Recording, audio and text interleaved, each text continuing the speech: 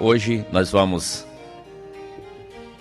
trazer aqui uma leitura no livro de Ezequiel, capítulo 33, e nós sobre a tentativa de se buscar contato com a vida futura por várias formas.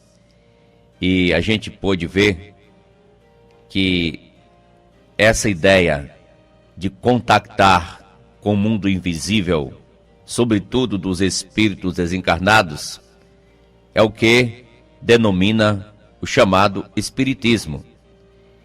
E é exatamente a tentativa de manter contato com o mundo invisível dos espíritos desencarnados. Então, manter contato, tentar manter contato com quem já morreu, com pessoas que foram seus entes queridos do passado, ou que mesmo é recente, é uma prática que permeava no paganismo antigo e que, por isso, nós encontramos na Bíblia Deus coibindo severamente o seu povo de enveredar por tais caminhos. E vimos que a forma que eles tentavam fazer isso era através de sonhos, através de sortilégio, através de necromância, através de rabdomância, através de hidromância e através da hepatoscopia. Várias formas, também pelos terafins. Estava vendo o irmão J. Oliveira e o pastor Luizinho, essa questão da hidromância era a arte de adivinhar por meio da água. Deixava-se um objeto de ouro, de prata ou uma pedra preciosa. Ela caía, esse objeto caía numa vasilha d'água. O movimento da água mostrava exatamente alguma forma, às vezes diversificada, e aí era interpretado como resultado dessa superstição, e estabelecia-se então regras fixas através desse resultado. Você pode ver isso que no Egito era usado, é tanto que aquele momento em que os irmãos de José iam voltando do Egito para levar a sua família os mantimentos nas cargas, nos animais, foi constatado que no saco da carga de Benjamim tinha um objeto, e era o copo do líder do Egito, o copo de José. Então, nessa colocação feita naquele momento pelo servo que foi verificar, diz: você não sabe que é este o copo em que meu senhor faz suas adivinhações? Então, era ligado exatamente à hidromância, era a prática egípcia. Não estou dizendo com isso que José fazia isso, mas que ele colocou dessa forma e que retrata uma prática pagã egípcia que ele estava interpretando como se José fizesse, mas ele queria mesmo era pegar Benjamim no fraga aí e até acusá-lo de ter levado o copo lá no Egito. Mas essa prática de hidromância não foi só para aquele tempo. Eu estava vendo no livro A Cabana, que é um livro que está sendo muito lido aí por tanta gente, e vi que há uma tendência à hidromância naquele livro. Por várias vezes é jogado objeto na água e pessoas ficam observando e o que vem aí logo em seguida. Então, não foi só uma ou duas, foram várias vezes que eu vi isso naquele livro. É um livro qual que eu não quero tomar nem tempo para isso, mas como pastor eu tenho que conhecer para poder divertir o povo do perigo que há nisso. Então, há muito misticismo, há muita distorção da escritura em cima daquilo ali. Mas há uma tendência também para hidromância, além de demais mazelas que o livro carrega. Mas a prática de espiritismo, de ocultismo, de buscar manter contato com o mundo invisível, ela tem suas origens no paganismo, sim, mas ela também é muito usada hoje por pessoas que se denominam cristãs, que dizem ser cristãs. Você pode ver que quando alguém procura contato, ou mesmo veneração, ou mediação, ou ajuda de alguma forma de quem já morreu, é exatamente denominado como uma prática puramente espírita. E por isso o cristão não deve se envolver. Pronto, um que morreu, mas que ressuscitou, esse está vivo, e então a ele devemos recorrer para solucionar nossos problemas e dificuldades. Eu posso ler para os ouvintes o que diz Isaías 8, 19 e 20. Quando vos disserem, consultai os necromantes e os adivinhos, que chiureiam e murmuram, acaso não consultará o povo a seu Deus? A favor dos vivos se consultarão os mortos, a lei e ao testemunho. Se eles não falarem desta maneira, jamais verão alva. Então, em questão eterna, tem um livro confiável, é a palavra de Deus, aqui chamado de lei, e o testemunho é os livros dos profetas. Nós temos hoje ainda mais o Novo Testamento também, a Bíblia completa. Não tem para que procurar mais cogitar, perscrutar o futuro fora da palavra de Deus. Quantas pessoas hoje buscam sonhos, visões, revelações extra-bíblia fora da palavra de Deus? Gente, volta para a Bíblia, porque muita gente já decepcionou em buscar exatamente o que a Bíblia já proibiu. A Bíblia está completa, não podemos acrescentar mais. Ainda pessoas ficam dizendo que Deus me disse isso, Deus me falou aquilo outro, Deus me disse ontem em sonho, Deus revelou-me algo assim, assim, assim. Gente, a revelação de Deus está completa. Não existe mais profeta hoje. Se algum houver por aí é falso, mas não existe profeta hoje. Hoje nós temos o produto da profecia bíblica, que é confiável, que é digno de credibilidade, e aqueles que passam a confiar e a se espelhar em coisas fora da palavra de Deus, findam decepcionando-se. Vamos voltar ao que é básico, a Escritura Sagrada. Então, essa questão de procurar a vida após a morte, ou solucionar problemas posterior à morte, é uma prática também espírita e não tem fundamento na Bíblia, é até condenado pela Escritura. Você veja, por exemplo, a reencarnação. A Bíblia não fala sobre reencarnação, fala de ressurreição e não de reencarnação. A Bíblia não fala de você nascer para uma outra geração, a mesma pessoa, mas fala de regeneração, o ato de nascer de novo, que é concedido por Deus, por fé na verdade bíblica, recebendo a Jesus Cristo como único e suficiente Salvador. O pecador passa a viver uma nova vida, parte integrante de uma nova família. João 1,12, esse nasceu de novo, nasceu na família de Deus, não do homem nem da carne, mas diretamente do Espírito Santo de Deus, que através da palavra que colocou em nosso coração, nos gerou para a realidade eterna. Então nós encontramos aí que essa tendência de reencarnação é para tentar o ser humano, levar o ser humano a se esquivar de suas responsabilidades para com o Criador, levando a vida de uma certa forma displicente, descuidada e comprometido com aquilo que Deus não aprova. Pessoas partem para a eternidade na esperança de que voltarão em uma outra reencarnação para então tentar corrigir algum erro do passado.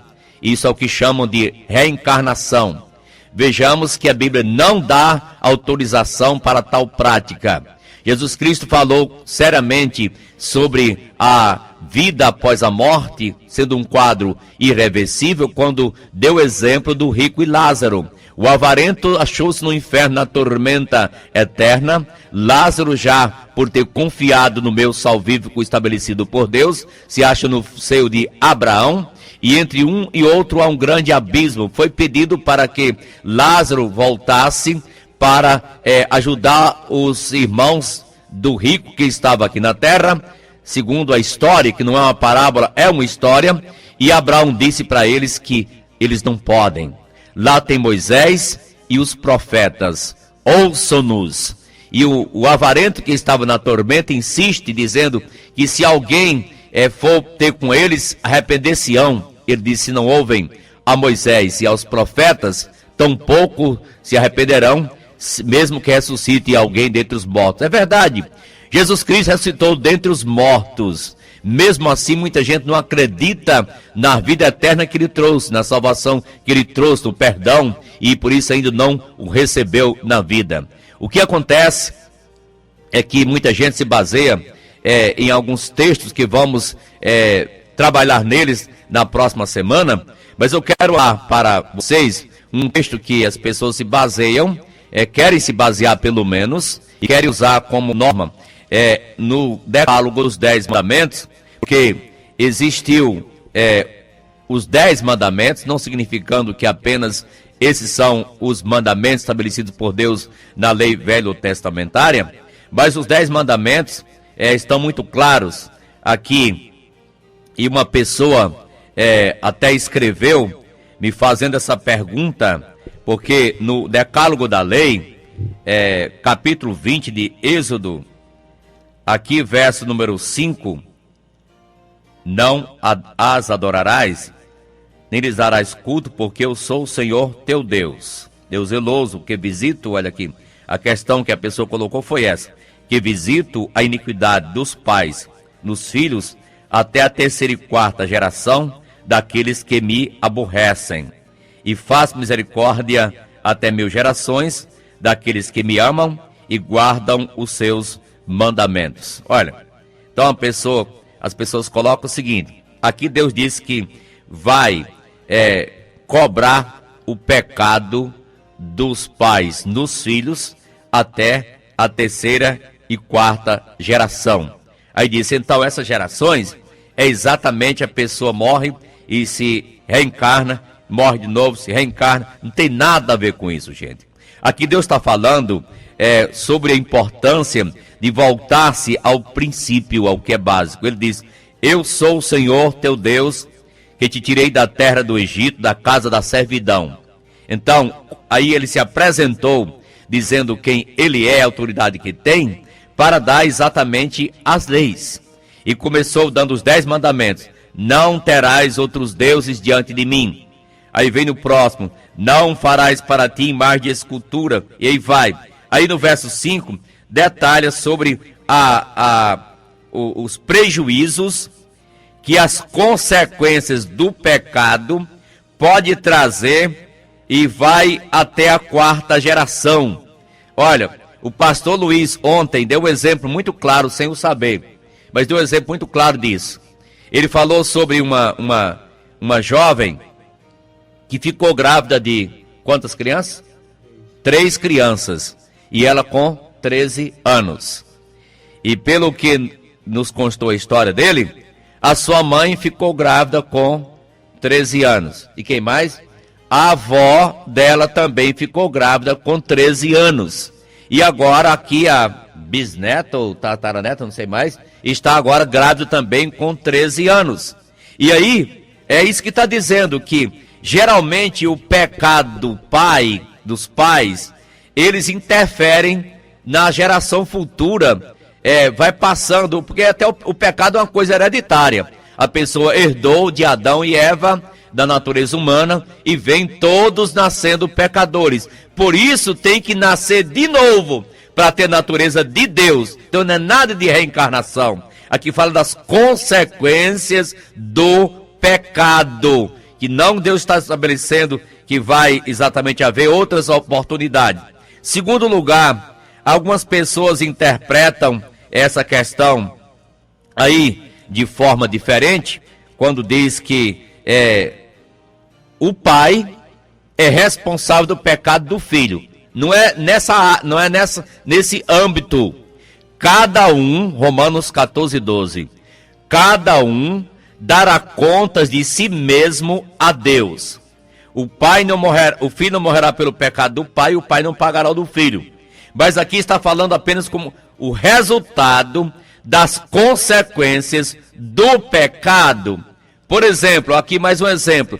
Se o pai é um beberrão, é um fumante, é claro que o seu filho ou a sua filha, ele pode nascer com algum problema físico como consequência do fumo da sua mãe. Olha, a mãe que está com a criança no seu ventre, e aquela mãe é uma fumante, ela ingere fumaça, ela bebe, então, logicamente, essa criança pode nascer com alguns prejuízos, alguns danos físicos. E por isso, é isso que está dizendo aqui em Êxodo, que vai a consequência do pecado de geração em geração. Não pode ser interpretado como sendo responsável pelo outro, mas que as consequências podem chegar a atingir aí algumas pessoas. Pastor Soares, como da mesma forma que uma criança nasce com deficiência, aí diz, não, isso aí é porque o pai está pagando um pecado por este ato. Isso vamos até tratar no próximo domingo, porque usam até aquele texto de João 9, na cura do cego de nascença. Vieram a Jesus, os fariseus, e perguntaram: mestre, quem pecou, esse ou seus pais, para que nascesse cego? Então Jesus corrigiu logo, mas não é nada disso. Nem ele pecou, nem seus pais, não é nada disso. Mas foi assim para que manifeste nele as obras de Deus. Na realidade, na semana próximo programa, nós iremos discorrer alguns textos que são usados da Bíblia como suposta base para apoiar reencarnação. E vamos mostrar o real significado de cada texto. Inclusive, vamos ter a oportunidade para nos adentrar também sobre a pitonisa de Endor, a feiticeira lá em Endor. E quando se trata até porque da pitonisa, por que pitonisa? É porque ela tinha um pitão. Um pitão era um espírito adivinhador. Aquela jovem de Atos capítulo número 16, em Atos 16, que foi repreendido o espírito mau em nome de Jesus, sai dela, e ela foi libertada. Paulo, então, mostra bem claro isso. Em Atos 16, Lucas escreve essa história, e ela tinha um pitão. Um pitão é um espírito adivinhador, por isso o nome, pitonisa de Endor. Pitonisa de Endor. Mas hoje tem alguns com pitão por aí, tentando adivinhar, tentando perscrutar o futuro, tentando saber mais do que a Bíblia. Nós não podemos ir além das coisas que estão reveladas. Diz a Bíblia que as coisas encobertas pertencem ao Senhor, as reveladas a nós e aos nossos filhos. E assim está chegando ao fim mais uma edição do programa A Voz do Evangelho. Volte a nos sintonizar domingo às 6h25. Programa A Voz do Evangelho pela Rádio Santa Cruz. Bom dia a todos e busque mesmo as verdades eternas, leia a Bíblia e busque a Jesus ressuscitado e vivo, que pode te ajudar. Bom dia.